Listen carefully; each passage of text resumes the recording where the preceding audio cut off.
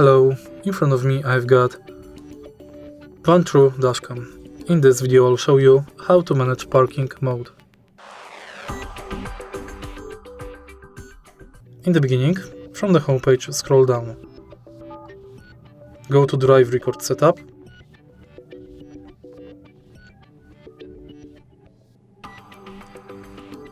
Parking mode. And now you can select between off, on, and next you can manage collision detection, motion detection, low bitrate mode and low frame rate mode. Next, in parking monitor settings, you can change detection lens settings and enable or disable low light night vision in parking mode.